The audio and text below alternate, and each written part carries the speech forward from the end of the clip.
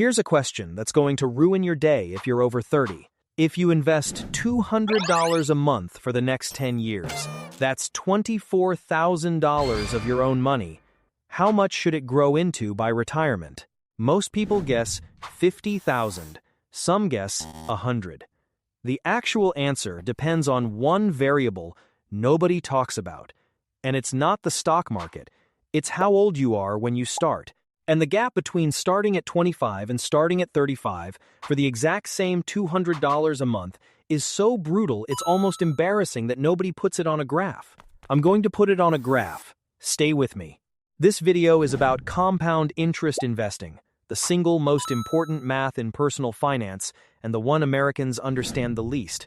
By the end of this video, you'll know exactly what waiting 10 years costs you. You'll know how to fix it if you started late. And you'll know the one US account that makes this entire math tax-free for the rest of your life. One quick warning. If you're under 30, this video is going to feel like a gift. If you're over 35, it's going to sting for about 3 minutes. Then I'm going to show you the math that gets you back on track. Stick around for the second half. That's the part nobody else will show you. Here's the problem. Most Americans know they should invest. They've heard the words compound interest 1,000 times. They've seen those graphs that go up and to the right, and they still don't do it. Not because they're lazy, because nobody ever showed them, in actual dollars, what waiting costs. So they tell themselves, I'll start when I'm more stable. I'll start after my next raise. I'll start when I understand it better. And meanwhile, the calendar keeps flipping. Meet two Americans, same job, same salary, same expenses, same Netflix subscription. Everything identical, except one decision. Person A opens a Roth IRA at 25, sets up $200 a month into an S&P 500 index fund, walks away, lives their life. Person B sees the same option, says next year, says it again, the year after. Eventually opens the account at 35, same $200, same index fund, walks away, lives their life. At 65, same retirement day. One of them has more than twice as much money. The other invested only 10 years less. I'll show you the actual numbers in 30 seconds. But first, let me explain why most people will guess the gap completely wrong. Compound interest doesn't add, it multiplies. Most people picture it like this. One step a year, steady, predictable. But it actually looks like this, almost flat for a long time. Then it bends. Then it explodes. And the longer the runway, the bigger the explosion at the end. That last decade, the steepest part, is where most of the money is made. Which means, if you cut off the early years, you don't lose a small amount. You lose the part that compounds into the biggest part of the curve. That's why 10 years of waiting costs you way more than 10 years of contributions. Okay, numbers. Let's use the historical S&P 500 real return, about 7% a year after inflation. Person A started at $25, $200 a month, every month, until 65. They invested $96,000 of their own money over 40 years.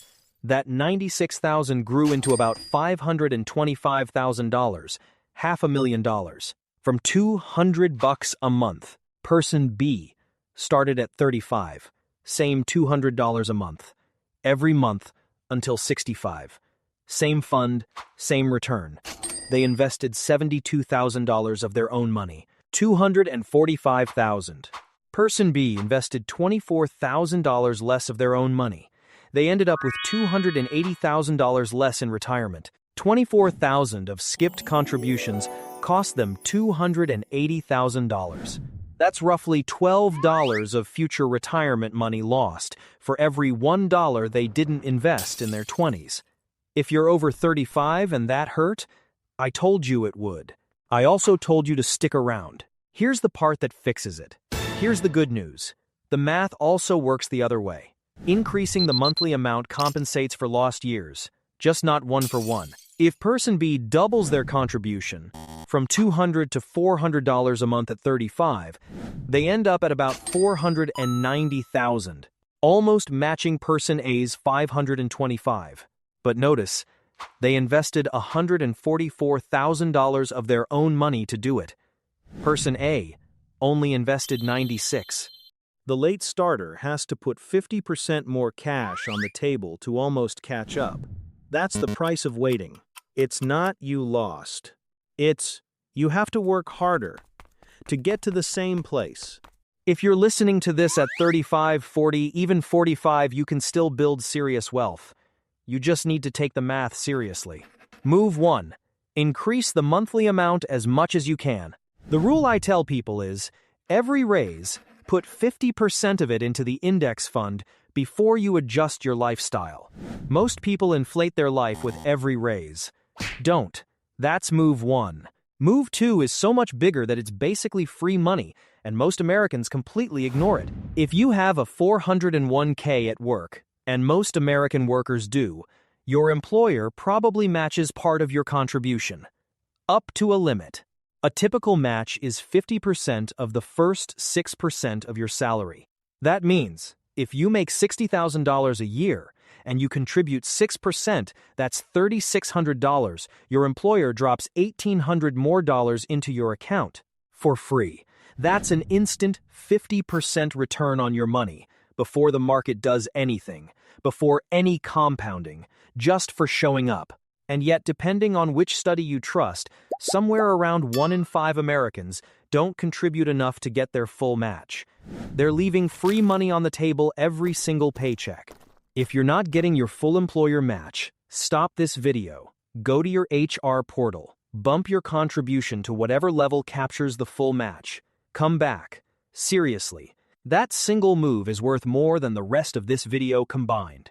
Move 3 is the one that nobody, and I mean nobody, explains to working Americans clearly. It's a tax law most people walk past every day without realizing what's inside it. The Roth IRA. Available to almost every working American under a certain income limit. Here's how the math is different. In a regular taxable account, every time your investment pays a dividend, the IRS taxes it. Every time you sell a fund at a gain, the IRS taxes that too. Compound interest works, but the IRS is shaving a slice off every year. In a Roth IRA, you pay tax on the money once, when you earn it, and then it goes inside this account, and the IRS never touches it again. The dividends grow tax-free. The gains grow tax-free. When you pull it out in retirement, tax-free. Same $200 a month. Same S&P 500 index fund. Same 40-year runway. But one version pays tax along the way and the other doesn't. For most working Americans in a standard tax bracket, the Roth Advantage can be worth tens of thousands, sometimes $100,000 or more, over a full career. The contribution limit is around $7,000 a year. Verify the current number on irs.gov before you set it up. All right, we've covered the math, the catch-up, and the tax-free account. Now, I need to tell you the one mistake that destroys all of it.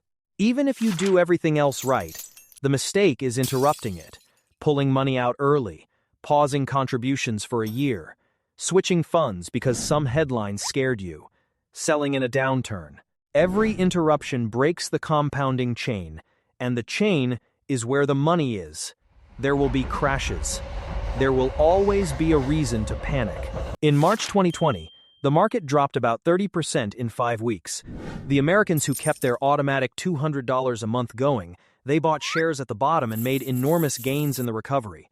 The Americans who paused or sold, they locked in losses and missed the rebound. The market recovered to new highs within months. They didn't. The single best defense against your own panic is automation. Set up the monthly transfer once, from your bank account to your brokerage. Automatic. Same day, every month. Then, never touch the dial. If you can't see the money, you can't panic about the money. Here's the entire video in 4 steps. Do these this week. 1. If you have a 401k at work, log into your HR portal and confirm you're contributing enough to capture the full employer match. If you're not, fix it today. 2. Open a Roth IRA. Fidelity, Vanguard, Schwab. They're all free, all good. 15 minutes to set up. The account itself costs nothing. The money you put in grows tax-free for life. 3. Set up an automatic transfer. $200 a month if you can. If you can't, start with 50. The amount matters less than the habit. The habit scales. Your income grows. The transfer can grow with it. 4. Buy an S&P 500 index fund inside that account. Tickers, VO, VTI, or FXAIX if you're at Fidelity. Set the automatic purchase. Walk away. That's it. That's the entire system. The boring 4 steps that turn $200 a month into $500,000 by 65. Nothing else you do in personal finance has this kind of leverage. I want to leave you with one thought.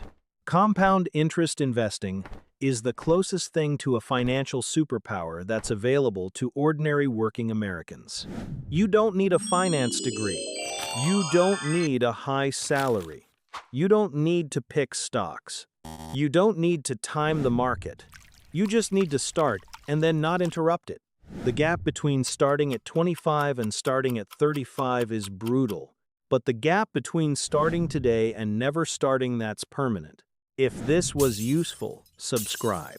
Every Tuesday, I take one specific U.S. money question and give you the math, the steps, and the exact accounts to open.